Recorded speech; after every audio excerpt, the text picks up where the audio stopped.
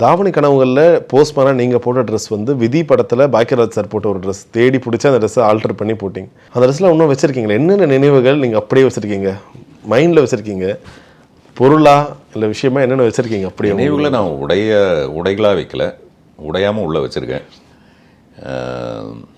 கேட்கும்போது உடஞ்சிடுறேன், அவ்வளோதான். எங்கள் அப்பா எப்படியோ அந்த மாதிரி தான் எனக்கு பாக்கியராஜ் சாரும்.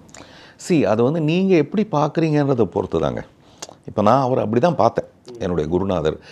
அவர் இல்லைன்னா நான் வந்திருக்கவே மாட்டேன்னு நான் நம்புகிறேன். பட் அவர் சொல்லுவார், நான் இல்லைன்னா கூட நீ எப்படியா வந்துடுவேயான்வார். இது என்னுடைய முதல் படம் சுந்தரம் சாரும் சொல்லுவார். நான் அவர்கிட்ட சொல்லுவேன், நீங்கள் இல்லைன்னா நான் வந்திருக்க மாட்டேன் சார். அது எனக்கு தெரியாது, இல்லை நான் இல்லைன்னா கூட நீங்கள் வந்திருக்க மாட்டீங்க. ஆனால் நான் சொன்னேன், வந்ததுக்கு வழி நீங்கள் தானே, என் கண்ணில் தெரிஞ்சது நீங்கள் தானே. இந்த பாக்யராஜ் சார் வந்து எனக்கு ஒரு இன்ட்ரோ இப்படி கொடுத்ததுனால தான் 4 பேர் என்னை கூப்பிட்டு கதை கேட்க ஆரம்பித்தாங்க. அதில் என்னுடைய கதை பிரமாதமாக இருந்திருக்கலாம், என்னுடைய முயற்சி அதில் நல்லா இருந்திருக்கலாம். பட் ஒரு இன்ட்ரடக்ஷன் ஒன்று வேணும் இல்லை, அதை கொடுத்தவர் அவர் தான். அதனால் அது அப்படி தான் இருப்பார் உயிர் வரை, அப்படி தான். சில பேரை நம்ம மனசில் அப்படி தான் வச்சுக்கோம், அதில் வந்து மாற்றமே இருக்காது. நான் அவரை விட அதிகமாக வளர்ந்து நான் ரொம்ப பெரிய டைரக்டராகி என்ன சாதிச்சா கூட எனக்கு அவருனா அவர் தான் குரு, அந்த மாதிரி. ஸோ இது எல்லாமே நம்மளுடைய மனசுக்குள்ளே இருந்து பார்க்குறது. இப்போ நான் பேசுனதில் ஏதாவது தவறு இருந்தால் தயவுசெய்து மன்னிச்சிருங்க. எங்கேயாவது தவறி போய் கொஞ்சம் வேகமான வார்த்தைகள் வந்துடும். நான் ரொம்ப உணர்ச்சி வசப்பட்டு பேசுகிறவனே தவிர ரொம்ப பிளான் பண்ணி பேசுகிறதில்ல.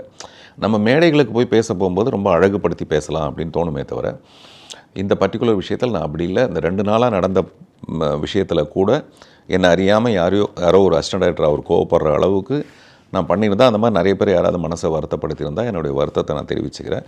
ஆனால் கடைசியில் எல்லாரும் ஒரு இடத்துக்கு போயிடுவோம். ஸோ அப்படி பார்க்கும்போது பாக்கியராஜ் சாருக்கு வந்து அரசாங்க சார்பாக ஒரு மரியாதை செலுத்தியிருந்தாங்க. அது வந்து ரொம்ப பயங்கரமான ஒரு விஷயம். அதுக்கு மேலேயும் நிறைய பேர் ஒரு விஷயம் வச்சாங்க. என்ன தொடர் பாரதி ராஜா அவர்களுக்கும் பண்ணியிருந்தாங்க, பாக்கியராஜ் சாருக்கும் பண்ணுறாங்க, என்ன தொடர்ந்து நடிகர்களுக்கெல்லாம் நீங்கள் பண்ண ஆரம்பிச்சிருவீங்களான்ற மாதிரி ஒரு விஷயம் இருந்துச்சு. ஆனால் இவர் வந்து 100% தகுந்த ஒரு மனிதர். ஏன்னா அவ்வளோ ஒரு ஸ்க்ரீன் பிளே ஜாம்பவான் உலகம் முழுக்க கொண்டாடுறாங்க, இந்தியா முழுக்க கொண்டாடுறாங்கன்னும் போது கண்டிப்பாக அவர் அதுக்கு தகுதியான ஒரு ஆள் தான். இருந்தாலும் இப்படி ஒரு விஷயம் எப்படி இருந்துச்சு? நீங்கள் எதிர்பார்த்தீங்களா இவருக்கு அரசாங்க மரியாதை கொடுப்பாங்கன்னு? இல்லை, நான் எதிர்பார்க்கல. உண்மையில் நான் எதிர்பார்க்கலன்னா நான் எதையுமே நான் நினச்சி பார்க்கல. பாரதி ராஜா சாருக்கு அப்படி ஒரு மரியாதை கிடைக்கும்போது நமக்கு சந்தோஷமாக இருந்தது. அதுக்கு வந்து சொல்லப்பட்ட காரணம் வந்து தேசிய விருதெல்லாம் அவர் வாங்கியிருக்காரு அப்படிங்கிறதுனால. அப்புறம் பாக்யராஜ் சார் விஷயத்தை நான் எதிர்பார்க்கல அன்றைக்கி. ஆனால் சிஎம் வந்தார். நான் ரொம்ப அப்படியே டிஸ்டர்ப் ஆகிட்டது, நெகிழ்ந்து போனது வந்து அப்படியே முட்டி போட்டு காலடியில் அவங்க மிஸ்ஸஸ் கிட்ட உட்காந்து பேசின ஒரு பாங்கு. சும்மா அவர் நின்று இருக்கலாம், பக்கத்தில் ஒரு சேர் நாங்கள் உடனே கொண்டு போய் போட்டிருப்போம்ல, போட்டு அவர் உட்காந்து பேசியிருக்கலாம். அப்படி இல்லாமல் அப்படியே நீல் டவுன் பண்ணி அந்த பாங்கு வந்து அது வந்து மனுஷனுக்கு முக்கியம்னு நான் நினைக்கிறேன். மக்கள் திலகம் எம்ஜிஆர்கிட்டையும் இதே மாதிரி அவர் வந்து எல்லா வீட்டு தூக்கத்துக்கும் போவார். அது எல்லாமே என்ன செய்யணுமோ அதை செய்வார். அப்படியே வந்தார். நமக்கு நல்லா தெரியும், சாந்தனுவோட கல்யாணத்துக்கு மிஸ்டர் விஜய், அப்போ விஜய் வந்து தாலி எடுத்து கொடுத்தா தான் கல்யாணம் பண்ணிக்குவேன்றது அவர் வந்து அப்போவே முதல்வராக, அதாவது காலையில் முதல்ல வந்தவராக ஒரு தாலி எடுத்து கொடுத்து கல்யாணம் பண்ணார். இப்போ விஜய் சாந்தனுவை பார்க்கும்போது அவருடைய மனநிலை எப்படி இருக்கும்? அவர் அப்படியே கட்டி பிடிச்சாரு. சரி அப்படியே போகிறாருன்னு பார்த்தா என்ன திரும்பி பார்த்தா என்னை வந்து அப்படியே கட்டி பிடிச்சாரு. நான் சொன்னேன், எனக்கு எல்லாமே அவர் தானே சார் அப்படின்னேன். ஐ நோ அவருக்கும் நீங்கள் தானே அப்படின்னாரு. அது வந்து எனக்கு ரொம்ப சந்தோஷமாக, அந்த வருத்தத்தில் சந்தோஷமாக இருந்தது.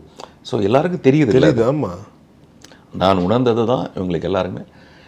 அப்புறம் அப்படியே பேசிகிட்டே போனோம். எதுவாக இருந்தாலும் நீங்கள் எனக்கு சொல்லுங்கன்னு. அது வரைக்கும் எனக்கு தெரியாது இது வந்து ஒரு அரசு மரியாதை கொடுக்க போகிறாங்கன்னு சொல்லிட்டு. அப்புறம் அவர் காரில் ஏறி போனதுக்கப்புறம் நான் யோசித்தேன், இதை நம்ம அப்போ கேட்டிருக்கலாமோ அப்படின்னு. அது ஆனால் கொஞ்ச நேரத்தில் பார்த்திங்கன்னா அது வந்துடுச்சு. அதை நம்ம கேட்டு செய்கிறத விட கேட்காம வர்றது தான் நமக்கு ரொம்ப பெருமையான ஒரு விஷயம். அதனால் என்னை பொறுத்த வரைக்கும் எங்கள் டைரக்டருக்கு அரசு மரியாதை கிடைக்கிறது, அதுக்கு பின்னாடி நான் யோசிக்க மாட்டேன். அது குதர்க்கமாக இது சரியாக தப்பான்னு யோசிக்கிறவங்க அவங்களுடைய விருப்பம். அது வந்து யார் வேணாலும் அவங்களுக்கான அந்த லிபர்ட்டி இருக்குது பேசுகிறதுக்கு. பட் லிபர்ட்டிங்கிறது எது வரைக்கும் இருக்குது, அது என்ன மாதிரி வார்த்தைகளை பிரயோகப்படுத்துகிறோங்கிற ஒரு விஷயம் இருக்குது. அதனால் அரசு மரியாதை கொடுத்த மாண்புமிகு முதல்வருக்கு இந்த நேரத்தில் நான் மறுபடியும் நன்றி தெரிவித்தேன்.